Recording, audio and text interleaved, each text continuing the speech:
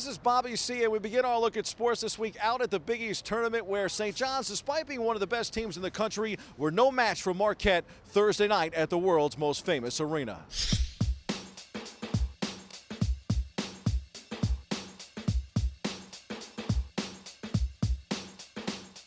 Our guys really responded to new season.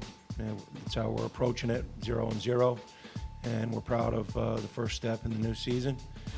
Midnight tonight, go back to 0-0. So I thought we played a complete performance. These two guys were terrific, as were a number of our guys. So really good win in on a big stage. We knew that coming into this tournament, it was a new season, so we had to have a clear mind. And when they got on that run, we stuck together. We stayed positive. We knew that we were going to have to throw a punch back, in order to stay in the game and extend the lead. So that was kind of the thought process with that, just thinking next play, and that's what we did, and we were able to close it out. We had a few miscommunications, and that's the type of team they are. They hadn't done it against us this year, but I've seen them do that to some good teams, and they got that quick run and really just opened the lead up, and so we had no rhythm offensively, and then our defense broke down. It doesn't take much for them to create separation. That's pretty much what happened. Tough night for the marquee names in the Big East tournament. St. John's fell in the 7 p.m. tip, and then Georgetown and Patrick Ewing struggled in the nightcap. Miles Powell was working the crowd and working over Georgetown in a rousing first half at Madison Square Garden. Powell scored 29 points in the opening 20 minutes to set a Big East tournament record and lead Seton Hall to a 73-57 victory against Georgetown in the quarterfinals. The third-seeded Pirates will face number 2 seed Marquette in the second game of the semifinal doubleheader tonight at MSG. Seton Hall ended the regular season with consecutive victories against Marquette and Villanova, and now seems safely in the NCAA tournament field no matter what else happens this weekend.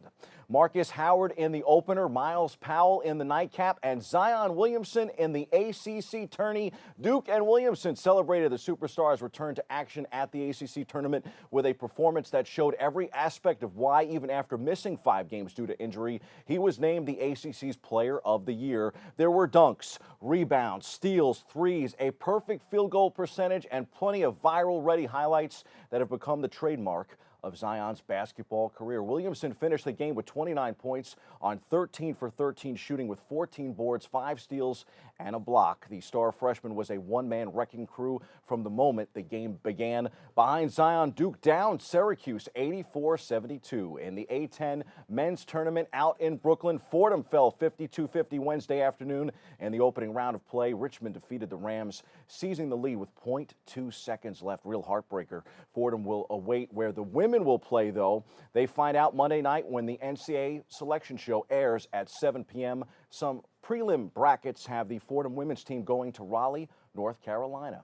The Atlantic 10 quarterfinals is today in Brooklyn as Rhode Island takes on VCU. Tips at noon. George Mason is up against St. Bonaventure at 2:30. St. Joseph's faces Davidson at 6, and St. Louis squares off against Dayton at 8:30 tonight on the men's side. The Big East semifinal is at Madison Square Garden today. As we mentioned, Xavier plays number 25 Villanova at 6:30, and Seton Hall goes up against Marquette at 9. And of course, we move on to the NBA hardwood. The Knicks visit the Spurs in San Antonio. New York has lost 7 straight. That game gets underway at 8:30 p.m. Eastern Time. On the NHL ice, the Rangers are in Calgary to play the Flames. New York will look to turn it around in this one as it has lost its last 2 games. Puck drops at 9. Devils are also up north to go up against the Vancouver Canucks. New Jersey has dropped 7 of its last 8 games. Game starts at 10 p.m. tonight. The biggest headlines this week came out of the National Football League, and many of them were right here in the Big Apple. Odell Beckham Jr. was traded by the New York Giants in a transaction that was made official on Wednesday, but more details on why the blockbuster deal went down are now finally emerging. Some fans believe for the Giants to trade a 26-year-old generational talent, one who shattered the all-time record for receptions, receiving yards, and touchdowns per game in his first 3 NFL seasons, for a mid-first round 2019 NFL draft pick, a late third-round 2019 NFL draft pick, and former 2017 first-rounder Jabril Peppers. There has to be more to this decision. Fox Sports NFL insider Jay Glazer predicted the Giants would trade Beckham this offseason, and he did it in February, more than a month before the trade went down. I think it's safe to say there is plenty more here with things you probably just won't know. Either will I. To replace OBJ, Big Blue agreed to a deal with Golden Tate on Thursday as the team tries to fill the void created by the big trade. Tate's agents at CAA Football announced the deal but did not provide terms. It's a 4-year, $37.5 million contract that includes $23 million fully guaranteed, a source told ESPN's Adam Schefter. Somehow, someway, the biggest Jets news was kind of buried by the OBJ trade. The Jets have signed Le'Veon Bell to a 4-year, $52.5 million contract that includes $35 million in total guarantees. The star running back spent the previous 6 seasons with the Pittsburgh Steelers, including last season when he sat out in a contract dispute. This is a home run for the Jets. No matter how you look at it, the money is big, but not crazy big. It's $13.1 million a year. Average ranks second among running backs behind Todd Gurley's $14.37 million average. There was a soft market for Bell, and the Jets wisely didn't blink when he shopped their final offer around the league. From a football standpoint, Bell is the impact player they haven't had at running back since Curtis Martin. Hall of Famer, of course. On the baseball diamond, Major League Baseball's first game in London featuring the World Series champion Boston Red Sox and rival New York Yankees is the best-selling game of the 2019 regular season ticket seller, StubHub said on Thursday. That will be very cool. And congrats go out to Alex Rodriguez. J-Rod is taking it to the next level. Superstar Jennifer Lopez and retired baseball star A-Rod are engaged. The couple posted an Instagram post of their hands with a massive engagement ring on Lopez's ring finger. The former Yankees star captioned his photo with, "She said yes," and a heart emoji. However, A-Rod just can't do things without drama, folks. And her former star and known steroid abuser, Jose Canseco, who says A-Rod is currently cheating on J-Lo with his ex-wife, Jessica. Next week on Days of Our Lives. Those are the headlines. We hit the C-list for a closer look at Big Blues drama.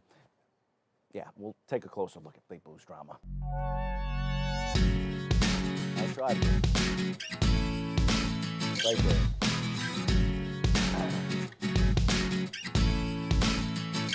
As good as OBJ is, I do think he had to go. And I still believe the Giants can turn things around. I believe in Dave Gettleman, even if he looks really bad right now, like really, really bad. The offseason isn't done yet. The draft will loom large. And one thing is certain, and that's that the Giants refuse to keep players that aren't part of the program around anymore. That means goodbye, OBJ. See you, Landon Collins. Take care, Olivier Vernon. Say what you want, but winning is about culture and chemistry. The Giants are trying to eliminate past cancers and change the culture back to the way it was. The G-Men never had the best players in the league, honestly. They had a bunch of really good players and arguably the best team in the league. Teams win titles.